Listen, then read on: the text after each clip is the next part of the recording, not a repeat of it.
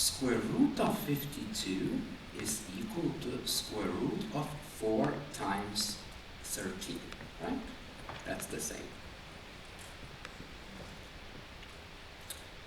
Which means that just by using the powers, that's the same as 2 times square root of 13. That's the same thing. So I can take square root of 4, and then third square root of 13 just is left. So this happens like that because square root of 4 times 13 is the same as 4 times 13 to the 1/2, which is the same as 4 to 1/2 times 13 to 1/2. So 4 to 1/2 is just 2, and I have root of 13 left there hanging. So that's the way to simplify this. Alright, so I have 4 plus 2 square root of 13 over 6. So what I can do is we can cancel out 2 here. So we can factor out 2. So we have 2 plus square root of 13 over 6. And I can cancel out 2. And here I have 3.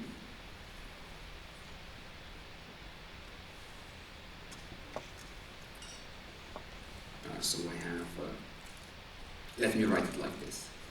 2 over 3 plus square root 13 over 3. So we can always split it like that. Okay? And of course the other answer is going to be the same as this but with a minus.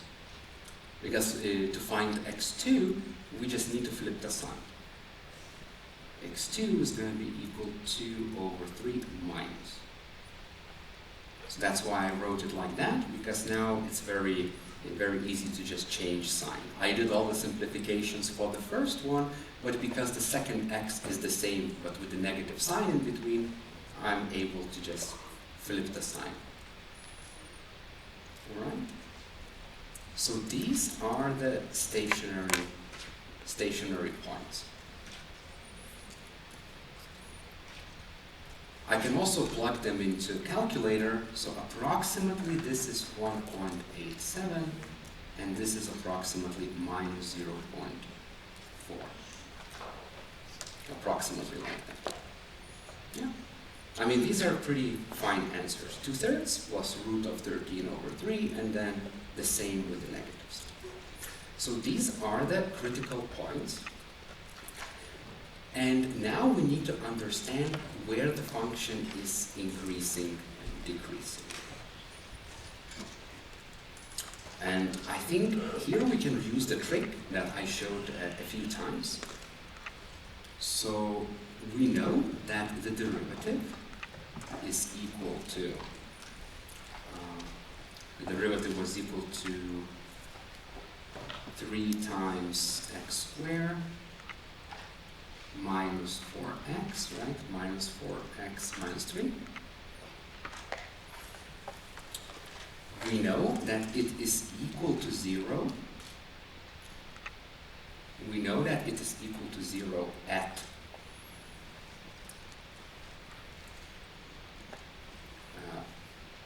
2 over 3 minus root of 13 over 3.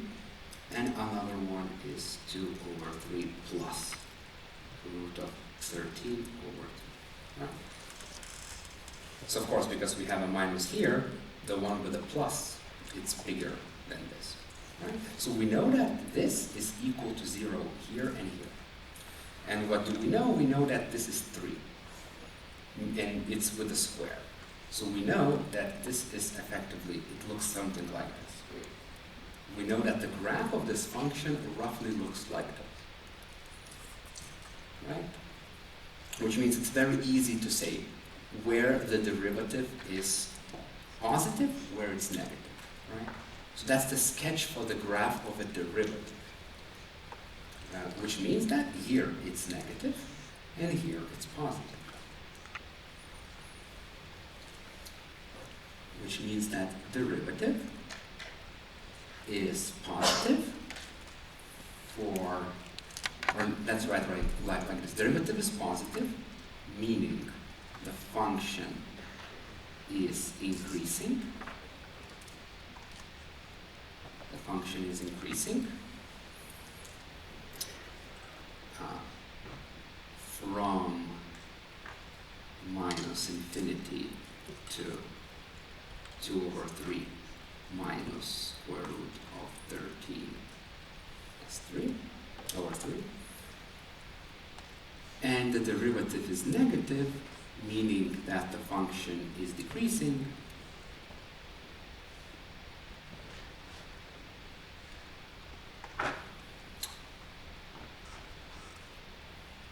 I forgot one more. And here it's also, it's increasing. I forgot half of the answer. Sorry for that. So it increases from minus infinity to this one, and then, from 2/3 plus square root of 13/3 to plus infinity, right? To 2 intervals. It increases from here to here, from here to there, and then everywhere in between, the derivative is negative. So the derivative is negative, meaning that the function is decreasing.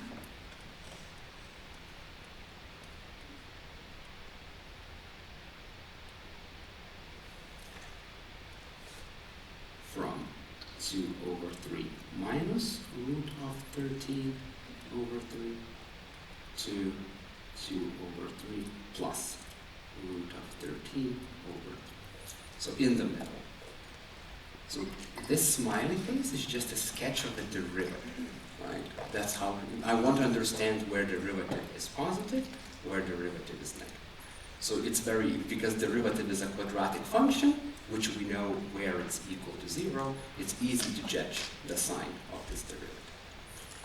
Okay, in the last 5 minutes, let's do another thing, the step 3. We can take the second derivative and we can figure out where the function is convex, concave, and whether we have a local maximum or minimum at the critical points that we find. So we're not going to be able to finish all of it. I'm gonna sketch after the lecture. I'm gonna upload it, and in the next class we will discuss this once again. All right. So in the third step, I want to take the second derivative. So just remember how the first derivative looked like. And I think it was -3 at the end. Was it? Yes, -3.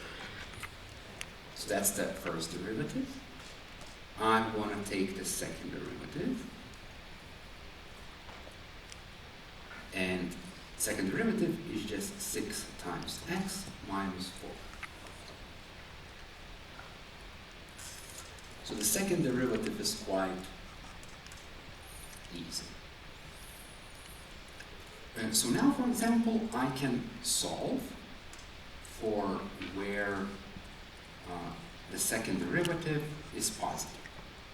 So if I solve this inequality, I will find x values for which second derivative is positive, meaning the function is convex. So I have 6 times x minus 4 bigger than 0 is the same as 6 times x bigger than 4, meaning that x is greater than 4/6, which is just 2/3. So for x values greater than 2/3, the function is convex. For x greater than 2/3, the function itself is convex. Convex.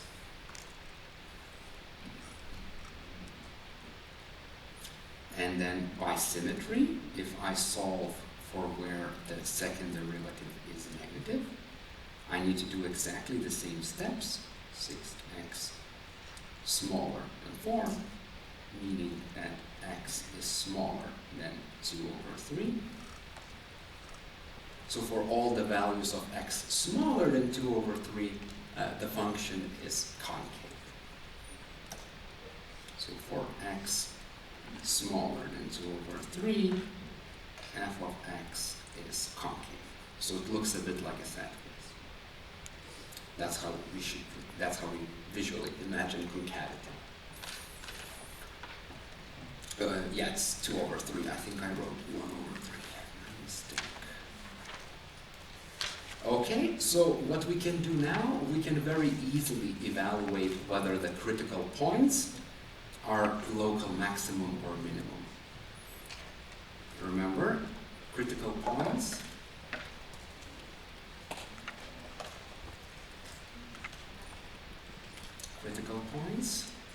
x1 equals 2 over 3 plus square root of 13 over 3, x2 equals 2 over 3 minus square root of 13 over 3.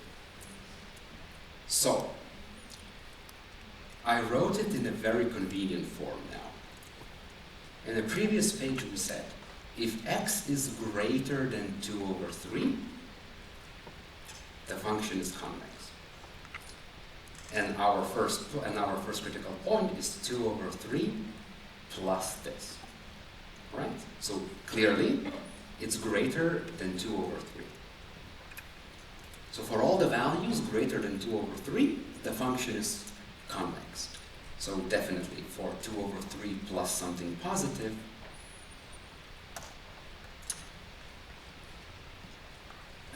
we have that x1 is local minimum.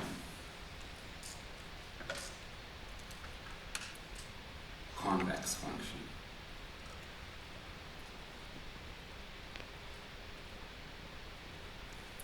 And clearly, for all the x values smaller than 2 over 3, which is indeed this part, 2 over 3 minus this, so it's smaller than 2 over 3. Clearly x2 is local maximum because at this point the function is concave. We have concave function.